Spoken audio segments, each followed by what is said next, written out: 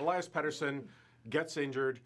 Looks like this team is in free fall, and suddenly the Canucks find themselves 2 points out of a playoff spot, and that's all the players can talk about. Is this how crazy the West is in the NHL? Yeah, I think it's more a reflection on the conference and how great the Canucks are. But I think we've had this conversation before. Somewhere along the line, the NHL made a conscious decision to kind of go on the NFL model, which is mediocrity over excellence. And everybody has a chance. Yeah, absolutely, and we can argue about that. But I really think it's better for the business of the game when you can sell, that idea of hope in 26 or 28 markets. So look at the West. Like everybody, Arizona's got, we're in this thing. We're in this thing.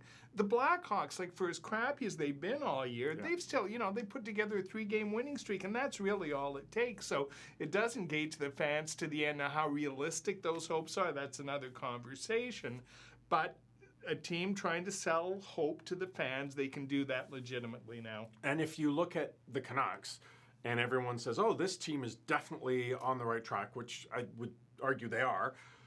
You got Pettersson, you got Besser, but all you need is an upcoming opponent in the Edmonton Oilers to highlight that you can have a couple of the game's generational players, and it's not going to make a difference. You need a full team, right? I mean, when I talk about this, I see the Canucks close to a playoff spot.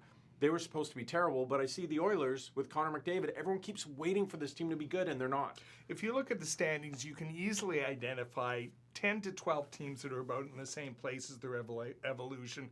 And it's kind of like, we'll use the term rebuild. But every one of those teams can identify 3-4 really good young pieces. Now, not all of those 10, 12 teams are going to make the next step, but a couple of them are. But that's where the NHL is. That's, the other part of this equation. And the Canucks are certainly there, and that's what they're selling their fans. Not only that, they've got the one piece in Pettersson that really, I think, separates them from some other teams. So when you talk about that separation, though, yes, you're selling hope.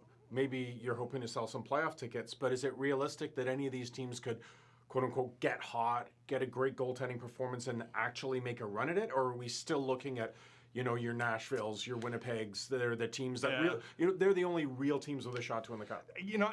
There was a time, I'd have to do a deeper dive into this. There was a time when it seemed like just get in and then anything can happen.